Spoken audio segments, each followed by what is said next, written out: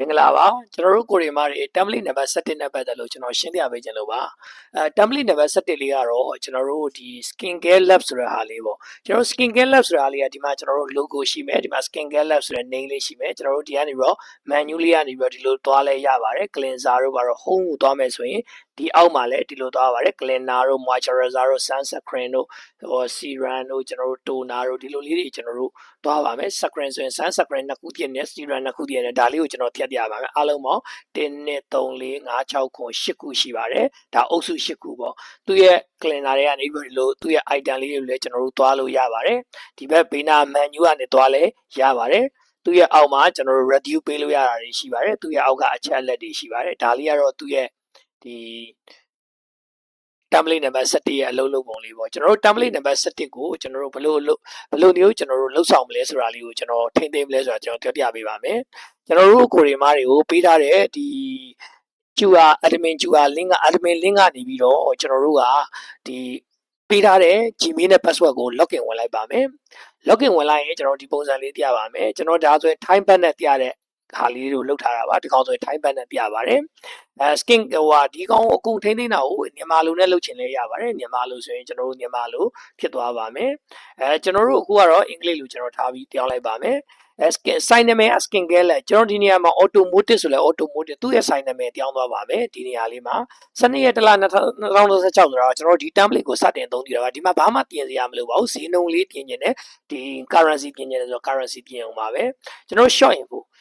မှာ skin care lab ဆိုတဲ့နာမည်လေးပေးထားမယ်အောက်က description ပါတယ်အဲ့ဒါလေးကဘယ်နေရာမှာပေါ်လဲဆိုရင်ဒီမှာ skin care lab ဆိုတဲ့ name လေးပေါ်တယ်ဟိုးအောက်မှာ skin care lab နဲ့သူ့ရဲ့ description ဒီဟာနှစ်ပေါင်း20ကြာဖွင့်လှစ်ထားသော sign ဖြစ်တယ်ဘာညာဆိုပြီးတော့ကျွန်တော်တို့ဖြည့်လို့ရပါတယ်သူအောက်ကပုံမှန်တိုင်းပဲကျွန်တော်တို့ address ရှိမယ်ကျွန်တော်တို့ contact တွေရှိမယ်ကျွန်တော်တို့Google Map link ရှိမယ် contact list တွေကျွန်တော်တို့ sign ဖွင့်ချိန်ပိတ်ချိန်တွေရှိမယ်ကျွန်တော်တို့ဒီမှာ logo ကိုကျွန်တော်တို့ upload လုပ်လို့ရပါတယ် Facebook တွေကျွန်တော်တို့ TikTok တွေ Instagram တွေ link တွေရှိပါတယ်ကျွန်တော်တို့တစ်ခုခုပြင်ဆင်ပြီးတိုင်းမှာကျွန်တော်တို့အောက်မှာ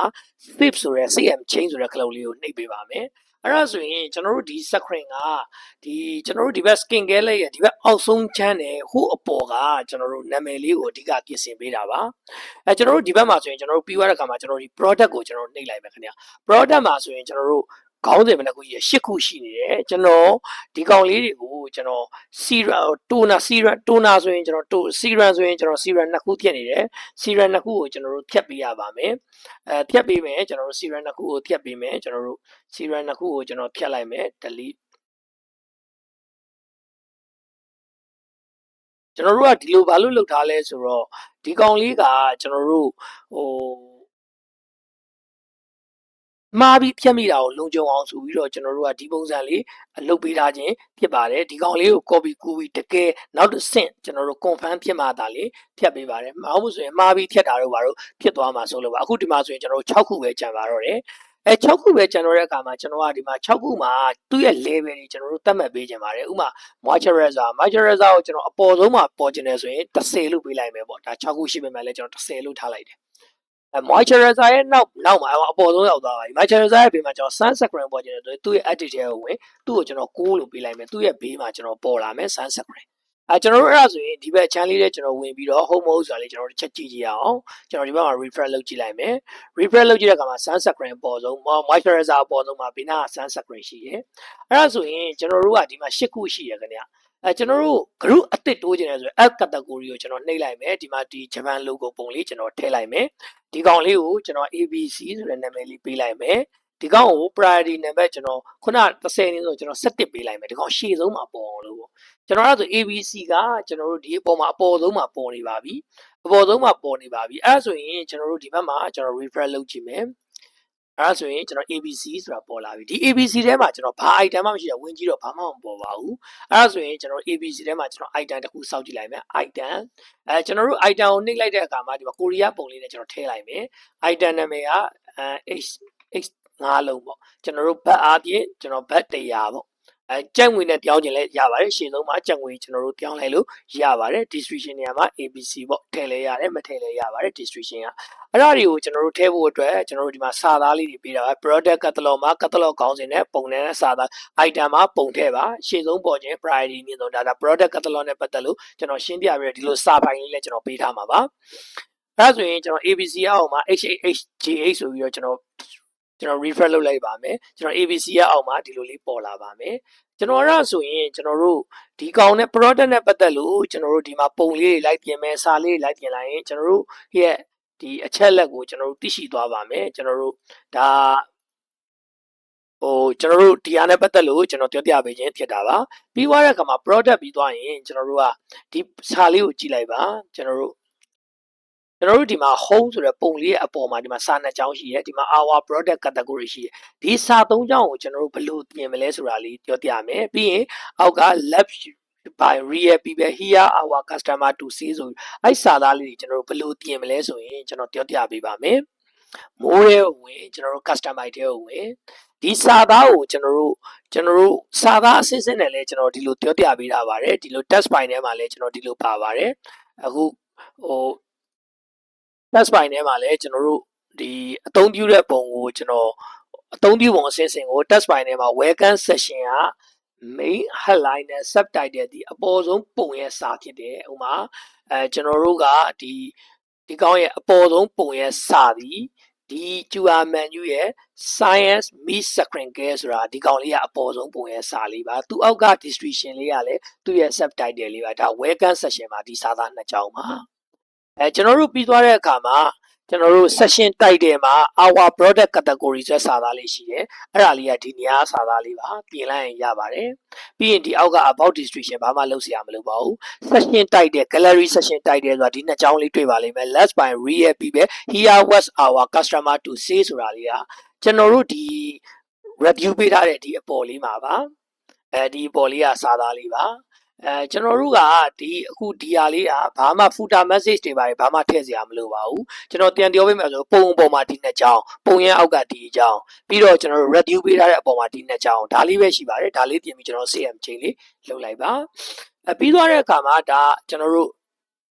short gallery အသုံးပြုဖို့မလိုအပ်ပါဘူးဒီ template မှာ review လိုအပ်ပါတယ်ကျွန်တော် review 3ခုရှိတယ်ကိုယ့်ဟာကိုယ် review ထပ်ပေးခြင်း review ကျွန်တော်တို့ထပ်ပေးလို့ရပါတယ် c ဘာသုံးခြင်းလဲဘာပြောခြင်းလဲဆိုရင်ကျွန်တော်တို့အလွန်ကောင်းပါတယ်ပေါ့ဒါ ABC ပေါ့ကျွန်တော်အဲ့လိုလေးပေးလိုက်မယ် c အဲ့မှာကျွန်တော်ကကျယ်လေးတွေ rating လေးတွေကျွန်တော်တို့သတ်မှတ်မယ် rating 5လုံးပေါ့ C review အဲ့ဆိုရင်ကျွန်တော်တို့ဒီမှာတဲတဲနှင်းပွင့်တူ Olivia Grant C 3လုံးအဲ့ဒါဆိုရင်ကျွန်တော်တို့ဒီမှာ refer လုပ်ကြည့်လိုက်မယ်ကျွန်တော်တို့ရဲ့ဒီမှာ C 3လုံးဆိုပြီးတော့ဒီကျွန်တော်တို့ရဲ့ review ပေးတဲ့သူတွေပေါ်လာပါမယ်ဒါကိုဆိုင်အောင်ကို review ပေးထားလို့ရပါတယ်မသုံးကျင်လဲဒီ review တွေဖြတ်ပလိုက်လဲရပါတယ်ခင်ဗျဒါလေးကတော့ကျွန်တော် review နဲ့ပတ်သက်လို့အသုံးလို့ရတယ်ဆိုတာလေးကိုကျွန်တော်တို့ပြောပြပေးခြင်းဖြစ်ပါတယ်ဒီ review ပြီးသွားတဲ့အခါမှာကျွန်တော် preview and publish ဆိုတာလေးကိုရှင်းပြပေးပါမယ်အဲ့လိုလေးနှိပ်လိုက်ရင်ဒီပုံစံလေးပေါ်လာမယ်တခါကျဒီကောင်လေးက off ဖြစ်နေမယ် off ဖြစ်နေတယ်ဆိုရင်ကျွန်တော်ဒီကောင်လေးကို on မယ် advanced setting ကဘာတွေလုပ်လို့ရကျွန်တော်တို့ရဲ့ template ကိုမိမိ theme color ပြောင်းလဲ primary color အစိမ်းနုရောင်လေးဒီကောင်လေးကအပြာရောင်လေး button text color အပြာရောင်လေးပြောင်းလိုက်မယ်ဆိုရင်ဒီပေါ်မှာကျွန်တော်တို့ဒီမှာအပြာရောင်လေးဟိုအောက်ဆုံးမှာ power by HCF ဆိုတဲ့ဟာလေးကအပြာရောင်လေးဒီနှစ်ခုပေါ့ကျွန်တော်တို့ကဒီအောက်မှာကျွန်တော်တို့ပုံနေဒီ secondary color ဘာရောင် text color ဘာရောင် background color ဘာရောင်ဒီလိုချင်တာတွေအကုန်လိုက်ပြောင်းလို့ရပါတယ်ကျွန်တော်တို့ font color တွေပြောင်း font ရဲ့ font style တွေပြောင်းလို့ရမယ် font ပုံစံတွေပြောင်းလို့ရမယ်ပြီးရင်ကျွန်တော် background image ထည့်လိုက်မယ်ဆိုရင် background image ပေါ်လာမယ်ကျွန်တော်တို့ဒီကောင်ရဲ့ screen ကအပေါ်ဆုံးကပုံလေးရတော့ကျွန်တော်တို့ဒီပုံလေးရတော့ဒီ banner image ကနေကျွန်တော်တို့ထည့်ရတာပါဒီ banner image ကနေကျွန်တော် upload လုပ်လိုက်ရင်ရပါတယ်ခင်ဗျကျွန်တော်တို့အကုန်လုံးပြီးပြီဆိုရင်ဒီ open preview ကနေကျွန်တော်တို့ကြည့်လိုက်မယ်ဆိုရင်ရပါတယ်ခင်ဗျအဲ့ဒါဆိုရင်ကျွန်တော်တို့ဒီ public လေးကိုနှိပ်လိုက်မယ်ဆိုရင်ကျွန်တော် QR လေးပေါ်လာမယ်ကျွန်တော်တို့ဆိုင်က signature ရောင်ပန်းအောင်ဆိုပန်းအောင်လေးထားပြီးကျွန်တော် download လေးလုပ်လိုက်ပါမယ်ခင်ဗျdownload လေးလုပ်လိုက်ရင်ကျွန်တော်တို့ဖုန်းရဲ့ gallery ရောရောက်သွားမယ်ကျွန်တော်တို့ကဒီ QR code လေးကိုဘာလုပ်လို့ရလဲဆိုတော့ QR code လေးကိုကျွန်တော်တို့က QR code လေးကို download ဆွဲပြီးတော့ print ထုတ်ပြီးကျွန်တော်တို့ရဲ့ pamphlet တွေလက်ကမ်းစာဆောင်တွေကျွန်တော်တို့ရဲ့လိပ်စာကတ်တွေကျွန်တော်တို့ရဲ့ sign board တွေကျွန်တော်တို့ရဲ့ဒီ skin care product ရဲ့ product ဒီမှာကျွန်တော်တို့ screenshot လေးကျွန်တော်တို့ထည့်ပေးထားလိုက်မယ် sorry QR code လေးထည့်ပေးလိုက်ဆိုဒီ QR code လေးကိုဖတ်လိုက်တဲ့သူတွေအားလုံးကဒီလှပတဲ့ဒီ screen care page လေးတွေကိုကျွန်တော်တို့ရောက်ရှိလာမယ်အဲ့ဒါဆိုတော့ဒီ QR code လေးကိုကျွန်တော်တို့ထုတ်တဲ့ sun screen ရဲ့ product လေးမှာကပ်ပေးလိုက်မယ်ကျွန်တော်တို့လိပ်စာကပ်လေးမှာဒီ QR code လေးကိုဖတ်လိုက်တဲ့သူတိုင်းကအငြင်းတိုင်းကျွန်တော်တို့ဒီ page တွေကိုရောက်ရှိသွားပြီးတော့ baby care ကိုထပ်ဝင်နိုင်တဲ့ toner ကို customer အရေးအတွက်တိုးလာနိုင်ပါတယ်။သို့မဟုတ်ကျွန်တော်တို့ဒီက UI website UI လေးတွေတော့ copy ကူပြီး notepad ထဲမှာထားမယ်။ကိုယ်ဆိုင်ကို customer တယောက်ကဈေးနှုန်းလေးတွေပုံလေးတွေပြပေးပါလို့ပြောခဲ့တယ်ဆိုရင်ကျွန်တော်တို့ကဒီကောင်လေးကို